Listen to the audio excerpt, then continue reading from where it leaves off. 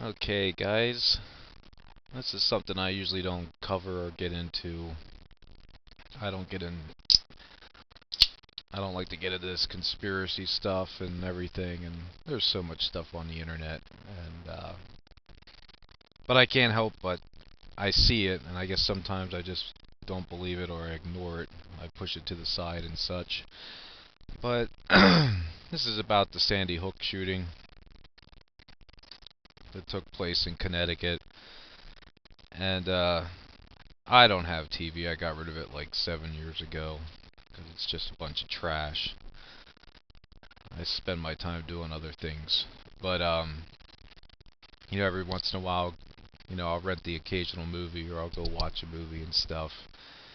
And you'll see a lot of these YouTube videos, conspiracy stuff where they link something, that occurred in the movie that happened in real life and such. And it took two movies to do it for me. Um, like even when before 9/11 happened, there were so many cartoon shows and movies where the clocks were set at 9/11 and such, and people were trying to say this was a warning sign that 9/11 was going to happen. And I was like, whatever. It's just a coincidence. Um, but I remember vividly when I rented this movie called Rampage. It was about this young blonde-haired kid who was going to be an engineer. He was still living with his parents, and he decides to go on a rampage, and he planned it for like a year or whatever. Like he'd order all of his supplies through the mail, but he'd have them, sent to his friend's house or whatever, and then he'd go to his friend's house and pick them up and such. And if you watch the movie Rampage, what he does is he rigs up a van with explosives, and he starts off his rampage by driving a remote control van into the local police station, which was also the government building, blows that to smithereens, and then he goes on a rampage in this armor-plated suit, that bullets can't get through, and just kills a lot of people. Kills like 200 something people in the movie, and then in the end it gets framed on his young friend, um, who he was ordering when he was ordering the stuff, all the stuff was going to his friend's house, and so they arrested the father and all that stuff. So basically, he kind of set them up, and he got away with it scot-free. And that was the gist of the movie. Well, a few months later, after I watched that movie, that's when the Norway killings happened.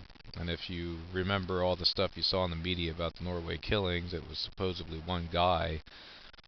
But what he did was he laced the truck with explosives and he put it next to the government building in Norway, which was also like the police station, blew it to smithereens, and then he went around in his, light armor suit and everything like that on the island there and just killed all those kids and stuff. Killed like 80 something kids. And the guy even looks like the guy in the movie Rampage. It was just so uncanny. And I was like, okay, that was weird, I'm like, did this guy watch this movie and get all of his ideas from that movie? It was just weird, you know. Um, but now the new movie, The Dark Knight Rises came out. And of course that came out before the Sandy Hook killings. And if you take a look at a lot of people pointed it out on YouTube already, that found this stuff. But the scene where they got the map laying on the table with the walkie-talkies in the Dark Knight movie, the only discernible text on the map that you can actually reads Sandy Hook. And I was like, wow, that's really strange, you know. And this stuff, wait, if you haven't heard anything about this yet, this shit is gonna like blow your mind. I wasn't even gonna do a video today, but I just watched another YouTube video by another user.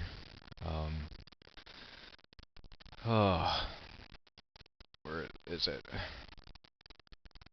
It doesn't have. It's by the True 77's Exposed, but they're not. They're actually reposting a video from another one named Idaho something, or the guy's name Idaho or whatever. I'll try to put the link. I'll put the link to the video below in my information thing there, so you guys can watch it. But this is what's gonna blow your mind, and you're gonna have to come to the point. You have to say to yourself, is this just one big coincidence, or I don't know how to explain it. I don't know if there is a larger force at work here putting messages in the movies, you know, if this is how they're communicating. I don't know. I'll leave it up to you guys to decide. I'm just simply putting it out there. I just find it totally unbelievable and scary at the same time. So here we have this Batman movie. The only discernible thing that you can read on this map that's laying on the table with the walkie-talkies on it is the text that reads Sandy Hook. Now, the guy that went in and shot up that movie theater in Arizona, his last name was Holmes, but his dad's name was John Holmes. You're like, well, so what's the big deal with that? Okay, well, the guy that went and shot up the Sandy Hook Elementary School, or at least what we're being told, let's see here, his last name was Lanza. Now, just by chance, both these kids that went on these shooting rampages both have fathers. Now remember, one's in Connecticut, one's in Arizona, but they both have fathers that are actually going to have to testify at the LIBOR scandal. I didn't even know what the LIBOR scandal was, so I looked it up. Somebody actually put it on Wikipedia already. Do you see the coincidence here? Two fathers that have to testify at the LIBOR scandal both have sons that go shoot up schools. Both are connected in the Batman movie. I mean, that is what the scary part is. And especially the Rampage movie that I said about earlier, and then the Norway thing happened. But let's read the LIBOR scandal here. The LIBOR scandal is a series of fraudulent actions connected to the LIBOR. LIBOR is the London Interbank Offered Rate, and the resulting investigation and reaction. The LIBOR is an average interest rate calculated through submissions of interest rates by major banks in London. The scandal arose when it was discovered that banks were falsely inflating or deflating their rates so as to profit from trades, or to give the impression that they were more creditworthy than they were. LIBOR underpins approximately $350 trillion in derivatives. That's a fucking lot of money. It is controlled by the British Bankers Association, the BBA. I don't know if the rest of this stuff is really that important. You guys can look it up yourselves. I'm just saying, you know, follow the money, I guess, when it comes to this thing. I mean, what are the odds of this all being a coincidence? I remember when I watched that Batman movie, and people were talking about the how can I say it? Well, people in the movie, when I guess, I don't know.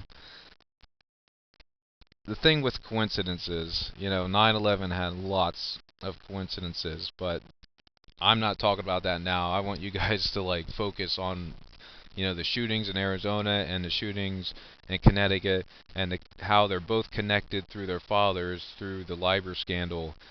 And how, like, and the one thing that just kept coming to my mind, because I did watch that Batman movie, was when the detective is like, you know, after he got shot and he's in the hospital, and he's telling the young guy, Robin, you know, he's like, you're a detective now.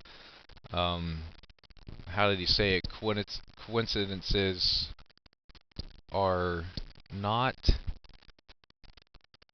we don't believe in coincidences anymore.